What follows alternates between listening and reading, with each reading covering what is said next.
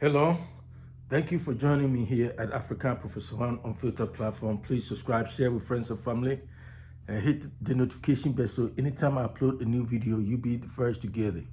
So one more time, this is African Professor Unfiltered platform. Subscribe, share, hit the notification bell, be part of the African Professor One family because it's highly informative.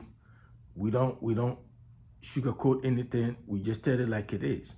Cold truth, nothing but the truth. That's what it's unfiltered. So subscribe, share, be part of our journey, and you won't be disappointed.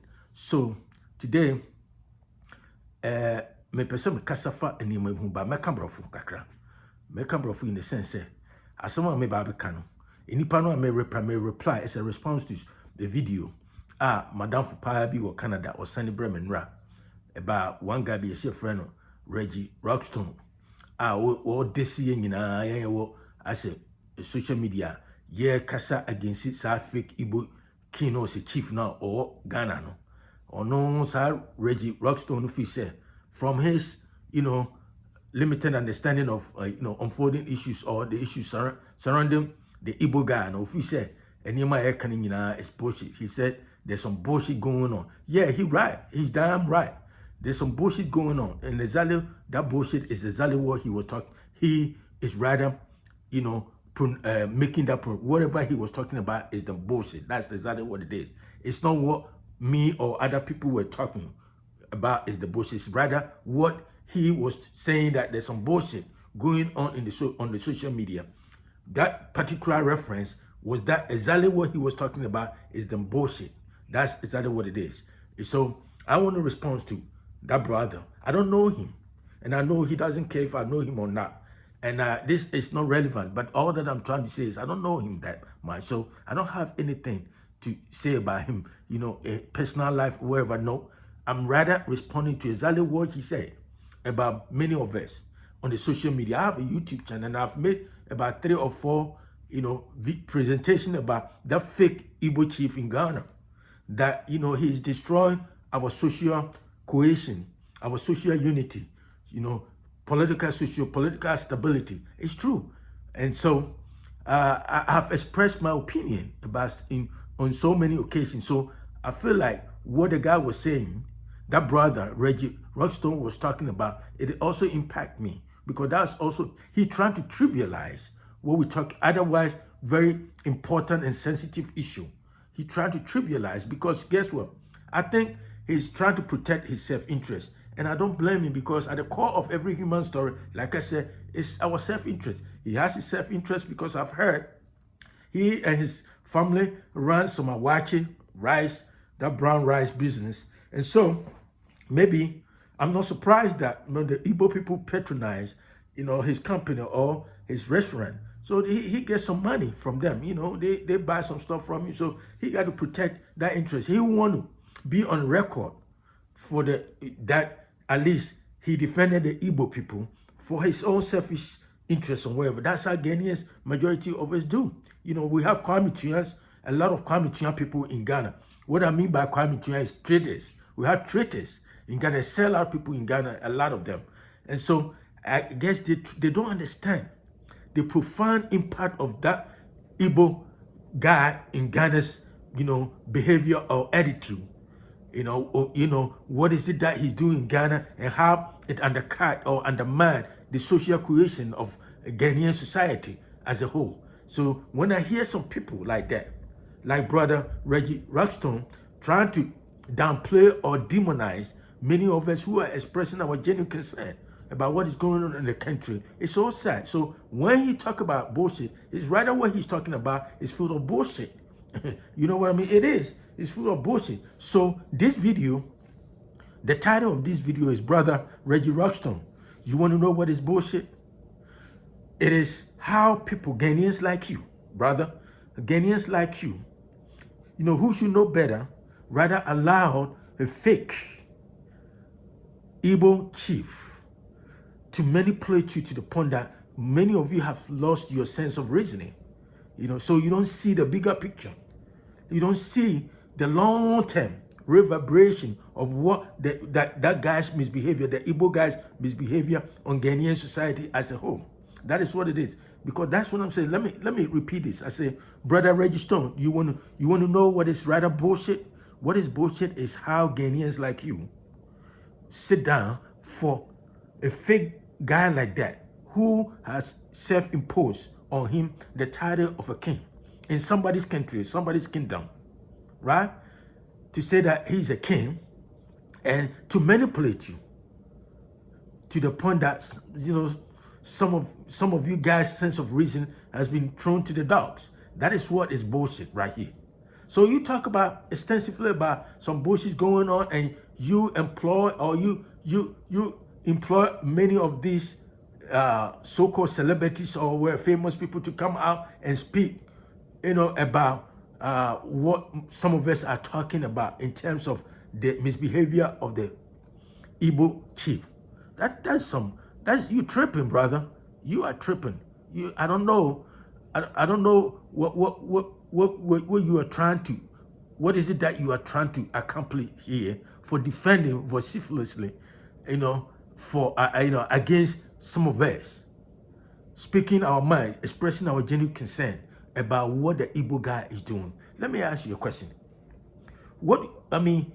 Just based on common sense, brother. This is a guy, the Igbo guy, came to somebody's country in 1995, take his time and establish himself in the country and trying to, infiltrate all the power brokers in the country to the point that he can sit there and sit on the national TV and insult the intelligence of Ghanaians and say that anybody who criticizes him is uncultured. I don't even know if the guy really understands the word culture. Because how can you come to somebody's country, right? Somebody, because of somebody, you exploit somebody's hospitality. You come to somebody's country, and then you sit there, marry one of their own, and then you want to buy about 50 acres of land that can be translated into extend into about 250 or wherever plots. And the common sense question is, what does the guy need all this land for? He was caught on the tape saying that he want to create Igbo village. He didn't say Nigerian village. So let's make this record straight. Let's set this record straight. Some of you, or Brother Reggie Stone, you were talking about the fact that we saying all Nigerians must go. It's not about all Nigerians. The issue is not about all Nigerians. It's about the Igbo guy, the Igbo people, the Igbo who are exploiting our generosity, our leniency to take over the country gradually. That is what we're talking about. We are not talking about the Yoruba people. Yoruba people are peace-loving people. They mind their own business quietly. They don't make any scene, just like the Igbo people do everywhere they go. We have the Hausa people. We've been living with them for a long time. When we're growing up in Kumasi, you go to Alaba, Akotiala, everywhere. We hang out with the Hausa people. They're all from Nigeria. We don't have a problem with that. The problem is the Igbo people. So let's make this clear. Don't go around and spread this bullshit that somehow we are talking or we are against all Nigerians. The question is not about all Nigerians. Nobody is talking about the Yoruba people. Nobody is talking about Hausa people. Nobody is talking about Fulani people. We're talking about the Igbo people, who, not even the Igbo people in Nigeria, but the Igbo people in Ghana. That's what we're talking about. And like I said, this is common sense. And I'm not surprised that a lot of people don't even have that common sense, because you know what? Like I said, common sense is not that common, because common sense has a deep conceptual predicates that are so complex, that are so, profound, that a lot of people cannot afford or are not able to understand it. That is why, because the common sense thing is, you live in your country, or you live in your house, you rent a house to somebody, or you allow somebody, you host somebody in your own house, and then before you know it, the person is trying to build. The person get comfortable in your home, your own home, you invite somebody, and the guest, before you know it, the guest is trying to build adjacent house or, a room in your own premises, in your own house premises. What would you feel, or what would you say? That's exactly, I know it may not be very, very close analogy, but the point is, that's exactly what That's exactly what this fake Igbo king is doing. We have given him the chance. We have spread the welcome mat to everybody, just like Ghanaians do. We let everybody in, and then before we know it, the Igbos, like I said, Igbos, when you give them an inch, they take a yard. That is when we are all expressing our concern, genuine concern. So you don't sit somewhere and somehow think that you are a repository of all knowledge because somehow you're a musician or what they call it, a legend or whatever they say. I don't know what that means. And so you can say, you spill out any nonsense or any bullshit about anybody.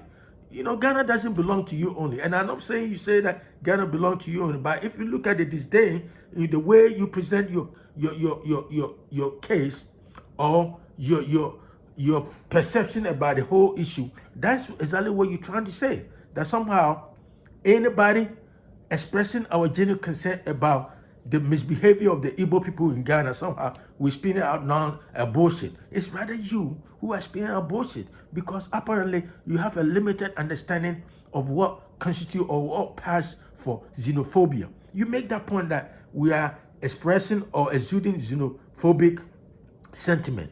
I don't know, but Ghana, that's how it is. When you speak a little bit and use big words and wherever, it doesn't even matter whether wherever you're talking about makes sense. As long as you use bigger words, people think you are making some substantive point. But all that you were talking about was rather bullshit.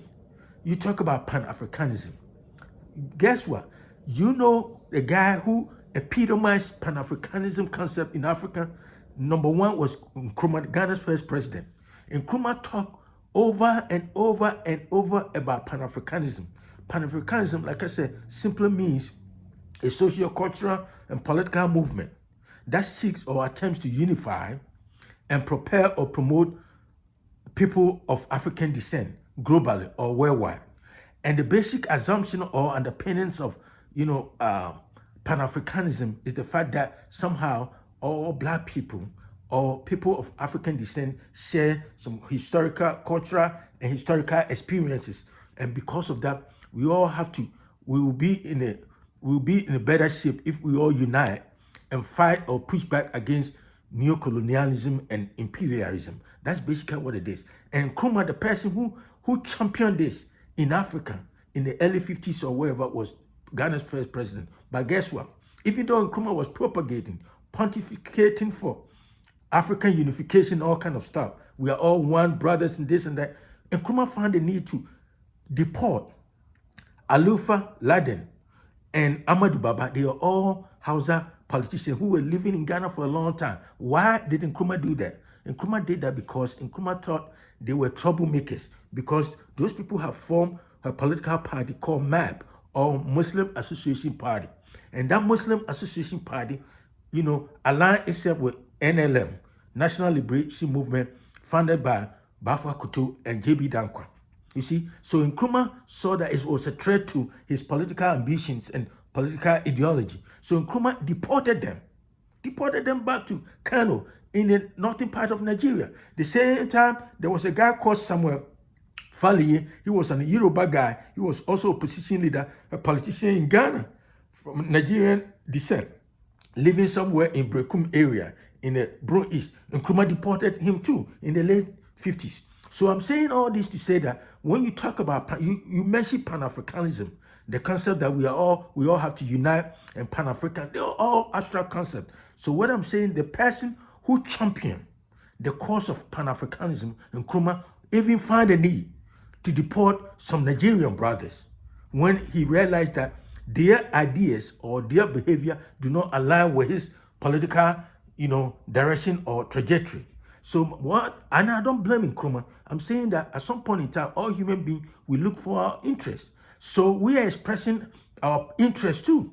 As a nation, as a Ghanaian, by birth, we have to protect our, we won't sit down for somebody to come all the way from Nigeria, Igbo land, to come and take over our country. That's what we are expressing. And you call that bullshit, you probably have a very limited understanding of what constitutes brotherhood or what constitutes xenophobic or Pan-Africanism.